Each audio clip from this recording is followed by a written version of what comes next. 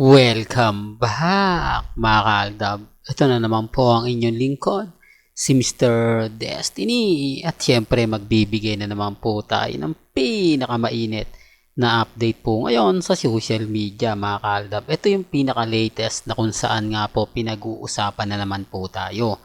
Syempre kapag trending, kapag maganda yung mga kaganapan, lalo na po pagdating kay Mengay at kay Alden, dito po tayo pumapasok.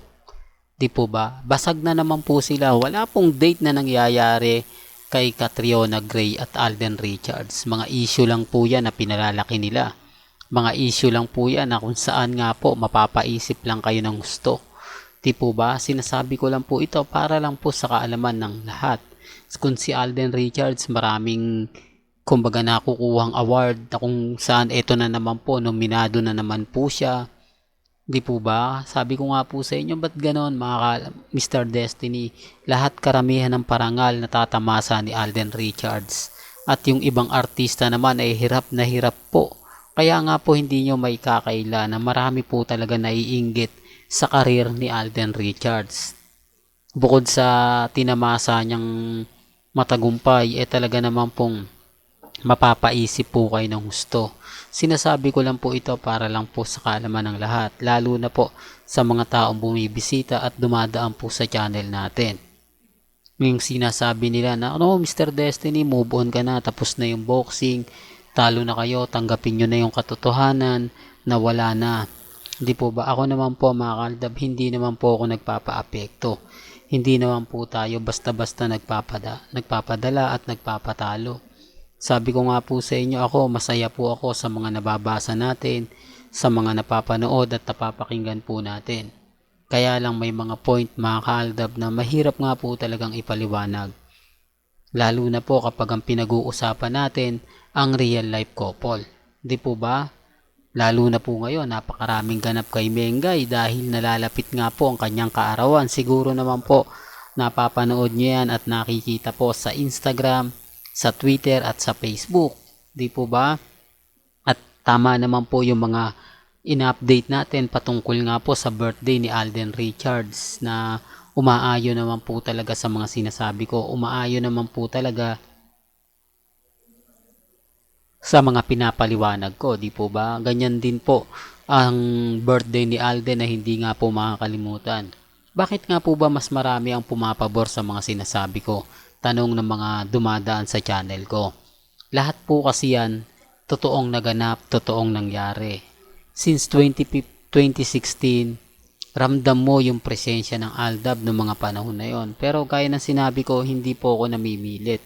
Hindi ko po, kumbaga, sinasabing tangkilikin nyo pa rin ako, suportahan nyo. May kanya-kanya tayong opinion. May kanya-kanya tayong pananaw. Depende na lang po yan sa pananaw, sa paniniwala po ng iba kung susuportahan nga po ba nila sila Mengay o BBTO na po sila. Kaya nga po ako bago ako nagbibigay ng update, sinasabi ko po muna sa inyo na sa channel po ni Mr. Destiny, 101% lahat po ng balita rito Aldab lang.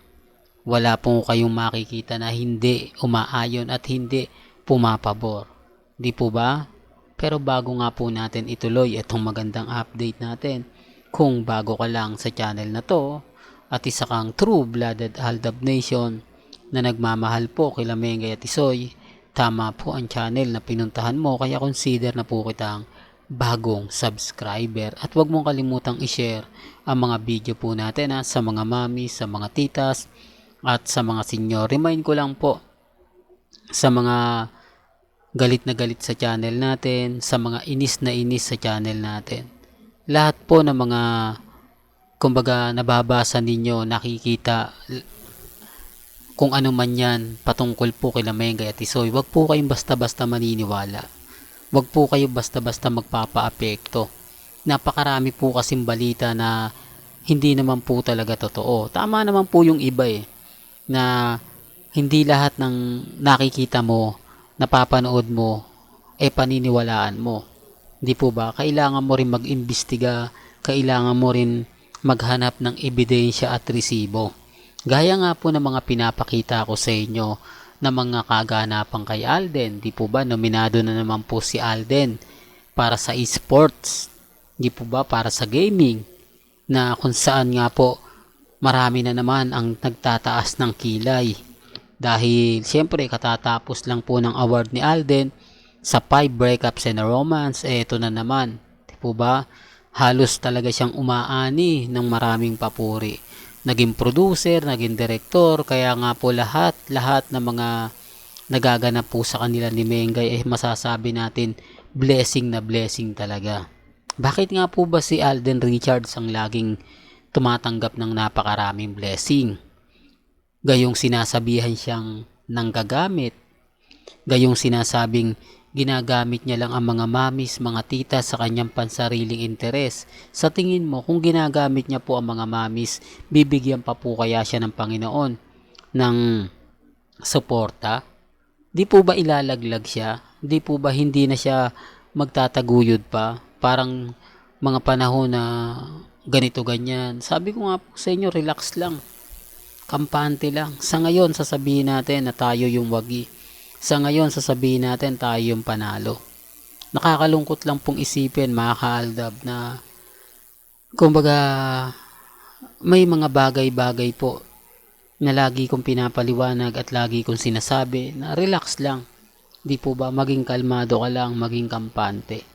Sa dami ng mga ebidensya at resibo na makapagsasabi na nako Mr. Destiny, move on ka na, tapos na yung kumbaga itigil mo na yan, di po ba? Kaya sabi ko sa inyo, relax lang po kayo. Huwag po kayong magpapa-apekto kahit ano po yung sabihin nila, kahit sabihin nila na nako, yan na naman si Mr. Paasa. Wala pong paasa sa channel natin. Lagi niya pong tatandaan niya, mga mamis, mga titas.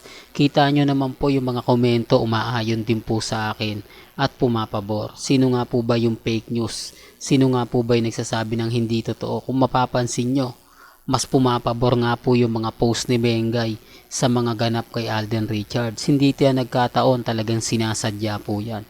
Although yun ang paniniwala ng iba, although yun ang sinasabi ng iba, okay lang po.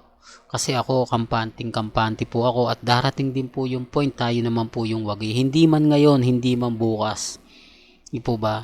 Basta may napanood kayo, may nakita kayo na sa tingin po ninyo hindi maganda at hindi kaaya-aya, comment nyo lang.